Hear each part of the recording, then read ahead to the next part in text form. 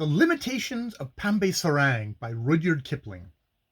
If you consider the circumstances of the case, it was the only thing that he could do. But Pambe Srng has been hanged by the neck till he is dead, and Nurkid is dead also. 3 years ago, when Alasa Srngan steamer Sarbuk was coaling at Aden, and the weather was very hot indeed, Nurkid, the big fat Zanzibar stoker who fed the second right furnace 30 feet down in the hold, got leave to go ashore. He departed a seedy boy, as they called the stokers, and he returned the full-blooded Sultan of Zanzibar, His Highness Said Burgash, with a bottle in each hand. Then he sat on the forehatch grating, eating salt fish and onions and singing the song of a far country. The food belonged to Pambe, the Srng or headman of the lesser sailors. He had just cooked it for himself, turned to borrow some salt, and when he came back, Nurkid's dirty black fingers were spading into the rice. A Srng is a person of importance, far above a stoker, though the stoker draws better pay. He sets the chorus of "Hiya, hula, hi-ya, hey!" when the captain's gig is pulled up to the davits. He heaves the lead too, and sometimes, when all the ship is lazy, he puts on his whitest muslin and big red sash, and plays with the passengers' children on the quarter deck. Then the passengers give him money, and he saves it all up for an orgy at Bombay or Calcutta or Pulu Penang.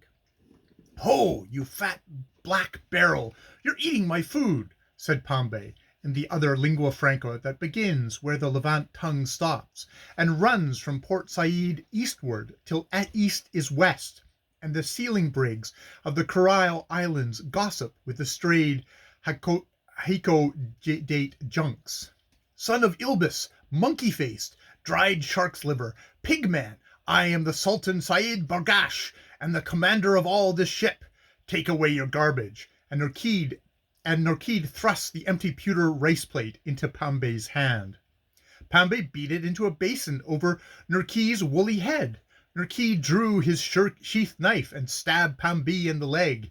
Pambe drew his sheath knife, but Nurkid dropped down into the darkness of the hold and spat through the grating at Pambe, who was staining the clean foredeck with his blood.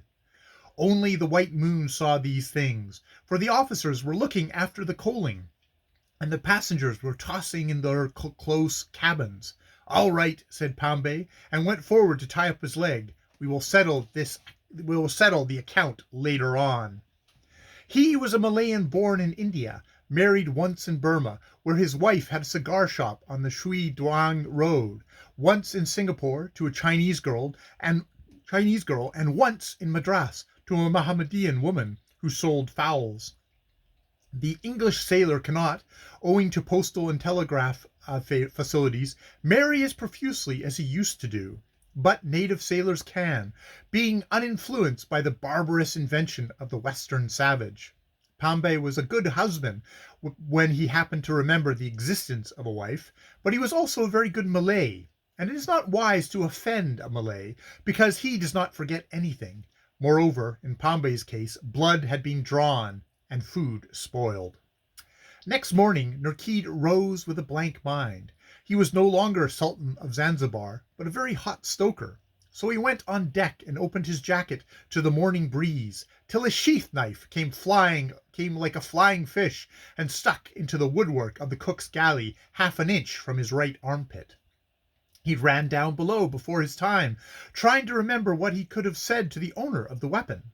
At noon, when all the ship's lascars were feeding, Nurkid advanced into their midst, and, being a placid man with a large regard for his own skin, he opened a negotiation, saying, "Men of the ship, last night I was drunk, and this morning I know that I behaved unseemly to someone or another of you. Who was that man, that I may meet him face to face and say that I was drunk?" Pambe measured the distance to Nurkid's naked breast.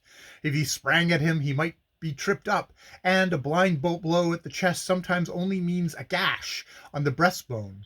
Ribs are difficult to thrust between unless the subject be asleep.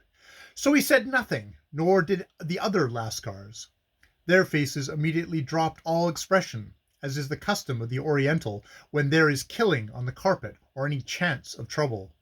Nurkid looked long at the white eyeballs. He was only an African and could not read cat characters. A big sigh, almost a groan, broke from him, and he went back to the furnaces. The Lascars took up the conversation where he had interrupted it. They talked of the best methods of cooking rice. Nurkid suffered considerably from lack of fresh air during the run to Bombay. He only came on deck to breathe when all the world was about, and even then a heavy block once dropped from a derrick within a foot of his head. An apparently firm lash grating on which he had set his foot began to turn over with intention of dropping him on the cased cargo 15 feet below. And one insupportable night the sheath knife dropped from the fo'c'sle, and this time it drew blood. So Nurkid made complaint, and when the Srng reached Bombay, fled and buried himself among 800,000 people, and did not sign articles till the ship had been a month gone from the port. Pombay waited too, but his Bombay wife grew clamorous, and he was forced to sign in the Srng to Hong Kong, because he realized that all play and no work gives Jack a ragged shirt. In the foggy China seas he thought a great deal of Nurkid, and when Elas's Lothringen steamers lay in the port with the Srng, inquired after him, and found he had gone to England via the Cape on the Gravotolet. Pombay came to England on the Worth. The Srng met her by the North Nor Light. Nurkid was going out with the Srng to the Calcut coast. "Want to find a friend, my trap-mouthed coal scudder?" said a gentleman in the mercantile service. "Nothing easier. Wait at the Nyanza docks till he comes. Everyone comes to the Nyanza docks. Wait, you poor heathen." The gentleman spoke truth. There are 3 great doors in the world where, if you stand long enough, you shall meet with anyone you wish. The head of the Suez Canal is one, but there death comes also. Charing Cross Station is the second, for inland work, and the Nyanza docks is the third. At each of these places are men and women looking eternally for those who will surely come. So Pombay waited at the docks. Time was no object to him, and the wives could wait, as he did from day to day, week to week, and month to month, by the blue diamond funnels, the red dot smokestacks, the yellow streaks, and the nameless dingy gypsies of the sea that loaded and unloaded, jostled, whistled, and roared in the everlasting fog. When money failed, a kind gentleman told Pombay to become a Christian, and Pombay became one with great speed, getting his religious teachings between ship and ship's arrival, and 6 or 7 shillings a week for distributing tracts to mariners. What the faith was, Pombay did not know, not in the least care, but he knew that if he said "native Christian, sar" to men with long black coats, he might get a few coppers, and the tracts were vendible at a little public house that sold shag by the dottle, which is even smaller weight than the half screw, which is less than the half ounce, and a most profitable retail trade. But after 8 months Pombay fell sick with pneumonia, contracted from long standing still in slush, and much against his will he was forced to lie down in his 2 and 6 penny room, raging against fate. The kind gentleman sat by his bedside, grieved to find Pombay talked in strange tongues instead of listening to good books, and almost seemed to become a benighted heathen again, till one day he was roused from semi-stupor by a voice in the street by the dockhead. "My friend, he whispered Pombay. "Call now, call Nurkid, quick, God has sent him." He wanted one of his own race, said the kind gentleman, and going out, he called Nurkid at the top of his voice. An excessively colored man, in a rasping white shirt and brand new slops, a shining hat and a breastpin, turned round. Many voyages had taught Nurkid how to spend his money, and made him a citizen of the world. "Hi, yes," said he, when the situation was explained.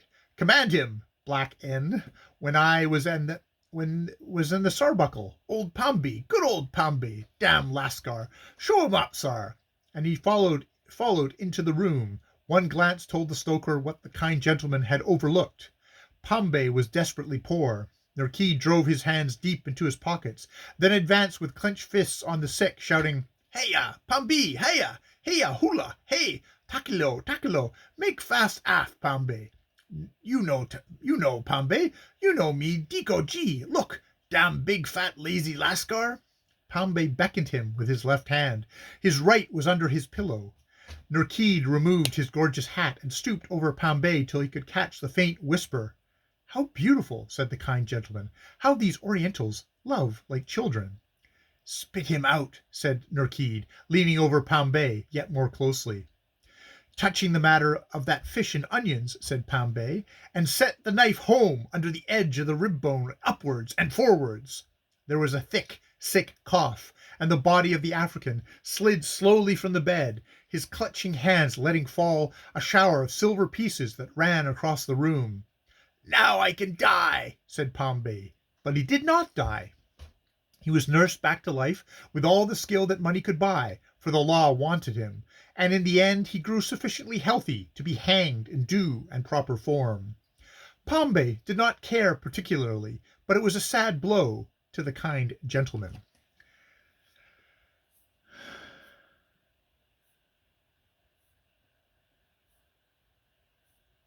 And that is the end of The Limitations of Pambe's Srng by Rudyard Kipling.